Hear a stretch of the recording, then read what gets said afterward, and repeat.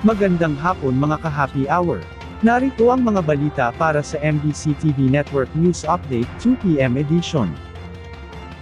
Philippine sports community, nagluksa sa pagkamatay ni two-time SEA Games gold medalist Mervin Guarte.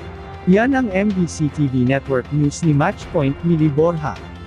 Isang nakalulungkot na balita ang bumalot sa Philippine sports community kahapon, ang pagkasawi ng two-time Southeast Asian Games gold medalist na si Mervin Guarte. Matapos itong saksakin ng hindi pa nakikilalang suspect habang natutulog ito sa Calapan City, Oriental, Mindoro. Maraming local sports community at mga kapwa nito atleta ang nagluksa at nakiramay, kabilang na ang kaibigan at national teammate ng namayapang atleta na si Olympic pole vaulter EJ Obiena. Nagpaabot ng pakikiramay si Obiena sa iniwang pamilya ni Guarte at sinabing best itong makasama ang atleta sa isang track. Ganun din ang Olympic marathon runner na si Mary Joy Tabal, kung saan niya inilarawan ng 33-year-old obstacle course racer bilang friend with an honest heart. Nagluksa rin si Southeast Asian Games gold medalist Kyle Antolin sa pagkawala ng kanyang kaibigan na nagturo raw sa kanya kung paano mamuhay ng puno ng saya at pasasalamat. Si Tokyo Olympics bronze medalist Yumi Marshall, labis din ikinalungkot ang pagkawala ng kaibigan sa sports. Maliban sa mga atleta, nagpaabot din ng pakikiramay ang Philippine Sports Commission kay Guarte, gayon din ang Pilipinas Obstacle Sports Federation, maging ang Philippine Air Force, kung saan miyembro si Guarte bilang Airman First Class o A1C.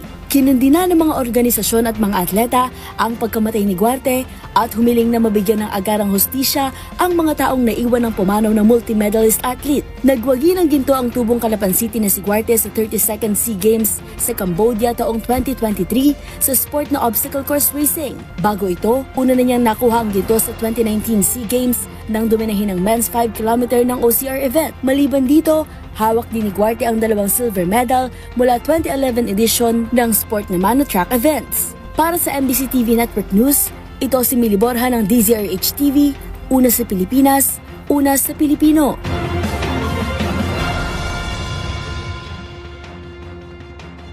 Samantala, ES Bersamin sinabing posibleng politika nasa likod sa pagpigil sa contribution rate hike ng SSS. Kinuwestiyon ni Executive Secretary Lucas Bersamin ang motibo sa likod ng panawagan ni dating SSS Chief Rolando Macasait na suspendihin ang naitakdang pagtaas ng SSS contribution rates. Sinabi ni Bersamin, ang nasabing panawagan ay nagsimula sa isang kandidato. Bumaba sa pwesto si Macasait noong nakaraang taon para tumakbo ng congressional seat sa ilalim ng SSS-GSIS Pensionado Party List. Kumbinsido rin ang palasyo na napag-aralang mabuti ang ipatutupad na increase sa kontribusyon ng SSS. Sinabi ni Bersamin, ang ganitong mga pagtataas ay may pinagbabasehan, kaya't mahirap sa kabilang banda na sabihin na lang na huwag magtaas. Mas maigi ayon kay Bersamin, na pabayaan muna ang management o pamunuan ng SSS na ikasa ang implementasyon ng dagdag kontribusyon sa pagbabayad ng SSS. Dagdag ni Bersamin na kung panghihimasukan nila ang SSS na nakakaunawa at may kakayahan sa pagpapatupad ng nasabing hakbang, ay hindi magiging epektibo ang nilalayo ng additional contribution. Sabi pa ni Bersamin, na mas maigi hayaang gumulong ang proseso, at hintayin ang resulta sa projection ng ahensya. At yan ang mga balita para sa MBC TV Network News Update 2 PM edition. Abangan ang mga susunod na balitaan mamaya para sa 3 PM edition.